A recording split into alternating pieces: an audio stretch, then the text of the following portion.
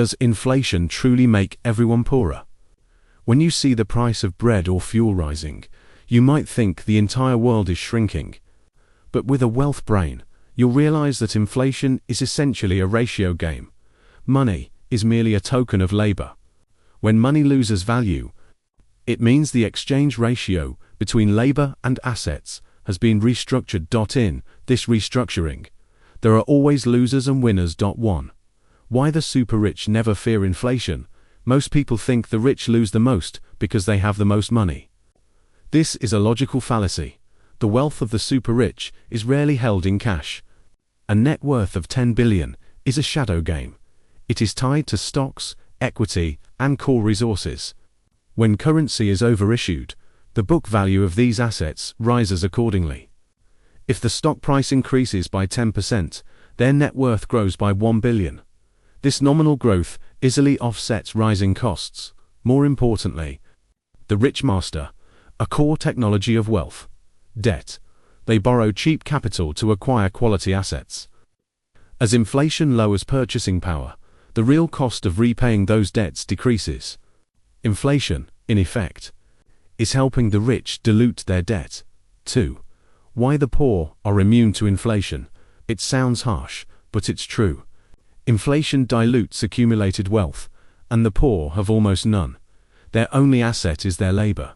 During inflation, while the cost of living rises, the nominal price of labor and necessities just as well. As long as society requires basic labor, wages will follow the inflationary curve. For those with zero savings, inflation just changes the numbers. It doesn't take anything they already had. 3. Why the middle class is the sole victim? The ones getting looted are the middle class, those who have money, but not enough assets.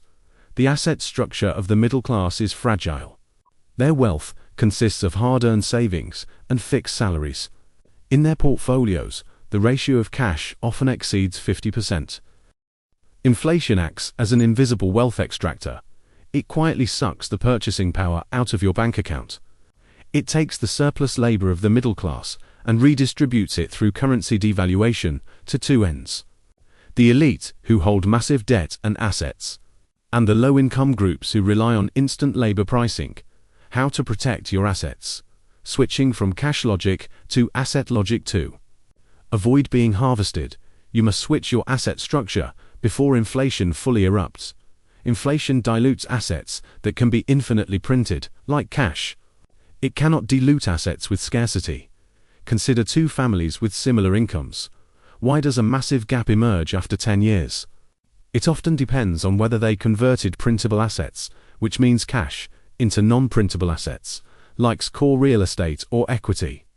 When you acquire a core asset, you aren't just locking in value.